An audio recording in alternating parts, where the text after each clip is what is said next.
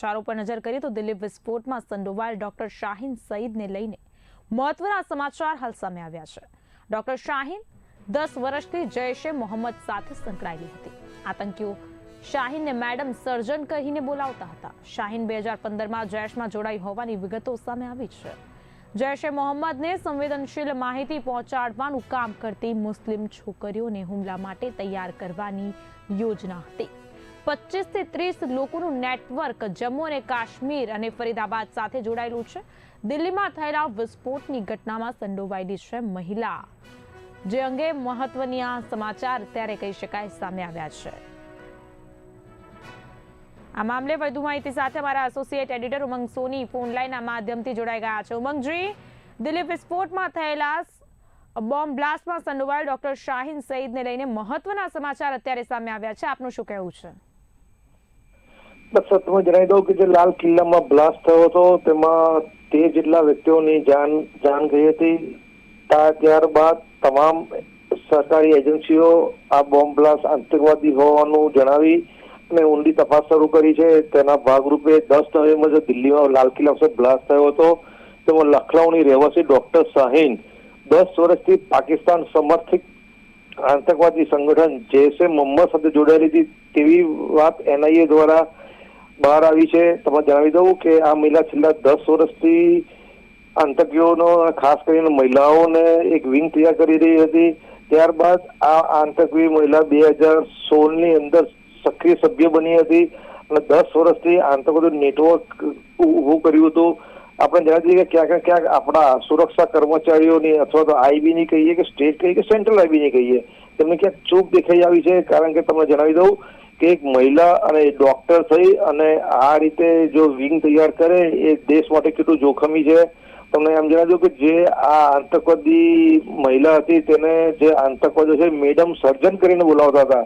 તમે એનાથી વિચાર કરો કે આ આતંકવાદી મહિલાનું કાવતરું કેટલું બધું ડેન્જર હશે કે તેના મનમાં કેટલી બધી ભારત પ્રત્યે નફરત હશે અને ભારતમાં રહીને અને ભારત વિરુદ્ધ પ્રવૃત્તિ કરે એ એક મોટો સવાલ છે।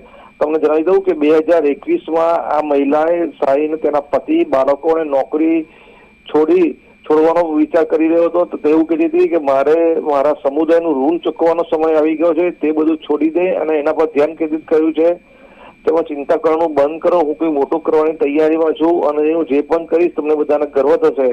આમ જ્યાંથી બાબરી મસ્જિદ તૂટી છે દેશમાં, ત્યાંથી કેટલાક કટ્ટરવાદી મુસ્લિમો મનમાં એક ઝેર ભેરાયું છે અને તેનો ઉપયોગ પાકિસ્તાન પ્રેરિત ત્રાસવાદીઓ કરી રહ્યા છે અને તેનો ભોગ ભારતીય નિર્દોષ નાગરિક બની રહ્યા છે। દક્ષા, ઉમંગજી, સૌથી મહત્વનું છે કે શાહીન 1 વર્ષ સુધી જૈશ-એ મોહમ્મદને સંવેદનશીલ માહિતી પહોંચાડવાનું કામ પણ કરતી હતી। સાથે સાથે 2016માં જૈશ-એ મોહમ્મદની સક્રિય સભ્ય પણ બની ગઈ હતી। આ મામલે શું માહિતી છે? તમે જાણી દઈએ કે શાહીન એક ખતરનાક ભણેલી ગણેલી ડોક્ટર અને ખતરનાક આતંકવાદી કહી શકાય। કારણ કે આ લોકોએ જે ક્રાઇમ કર્યું છે એ માફીને બિલકુલ લાયક નથી।